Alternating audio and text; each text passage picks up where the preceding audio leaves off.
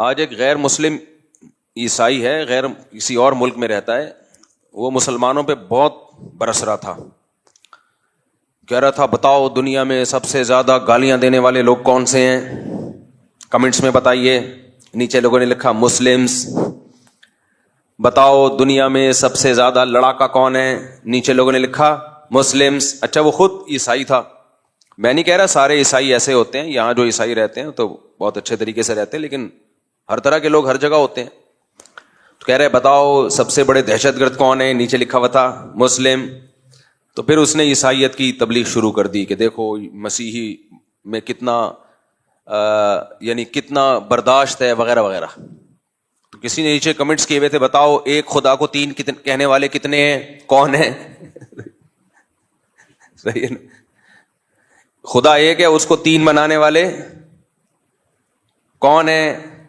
اب جواب دو نا. یعنی وہ جو کمنٹس میں تھا اس کا کہنا تھا جواب دو, اب نیچے لکھو. ظاہر ہے کرسچینٹی ہے, ایک خدا کو تین بنا دیا اور کہہ دیا کہ اللہ نے عیسیٰ ابن مریم کو اپنا بیٹا بنایا ہے, معاذ اللہ. تو اسی عقیدے کو ایکسپلین نہیں کر سکے. مقصد کسی مذہب کا مذاق اڑانا نہیں ہے, لیکن ظاہر ہے جو شخص یہ کام کرے گا تو پھر اس کو جواب تو ملے گا نا. چند مسلم اسکالرز جو شدت پسند ہیں, جو میجورٹی ان کی مخالفت کرتی ہے, وہ چند شدت پسندوں کا جرم پوری مسلم کمیونٹی پہ ڈال دیا. تو یہ ظلم ہے یا نہیں ہے؟ اگر مسلمان شدت پسند ہوتے تو پاکستان میں ہندو اتنے مزے سے رہتے جتنے مزے سے رہتے ہیں بھائی. اگر مسلم شدت پسند ہوتے تو مسیحی لوگ اتنے مزے سے زندگی گزارتے ہیں یہاں جیسے گزارتے ہیں. ہم نے تو کبھی کسی چرچ کی طرف رخ نہیں کیا کہ ہم اس کو جلائیں گھرائیں, اس عمل کو ہم حرام سمجھتے ہیں. ہمارے کلاس فیلو میں مسیحی لوگ تھے, جایا کرتے تھے چرچ, ہم نے تو کسی پہ کبھی زندگی میں طنز نہیں کیا. تو اب چند لوگوں کی بات کو پورے مذہب پہ ڈال دینا کتنا بڑا ظلم اور زیادتی ہے یہ. تو میرا مقصد یہ تھا اس طرح کا جب بھی کوئی طنز کیا کرے نا تو علمی دلائل نہیں دیے جاتے ایسے لوگوں کو, ان سے الٹا سوال پوچھا جاتا ہے. الٹا سوال پوچھا جاتا ہے کہ ہم اگر جیسے بھی ہیں اتنے برے نہیں ہیں کہ خدا کو ہی تین بنا دیں.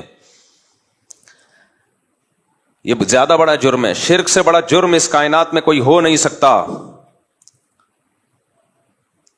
خدا ایک ہی ہے اور حقیقی معنوں میں ایک ہے, اس کے ساتھ کوئی شریک نہیں ہے. سربراہ ایک ہی ہوتا ہے, سربراہ ایک ہوتا ہے. دیکھو ایک عورت شوہر کی نافرمان ہے, خدمت نہیں کرتی, شوہر کہتا ہے بیگم آج موڈ خراب ہے ذرا چائے بنا دو, نہیں بنا رہی. بیگم کپڑے استری کر دو, خود اٹھ کے کر لو, کبھی خود بھی کر لیا کرو, نہیں کر رہی وغیرہ وغیرہ. گزارا ہو جاتا ہے ایسی عورت کے ساتھ. لوگ کر رہے ہوتے ہیں چلے یار خود ہی کر لو, یعنی لوگ کہہ رہے ہوتے ہیں کہ چلو خود ہی کر لو. تو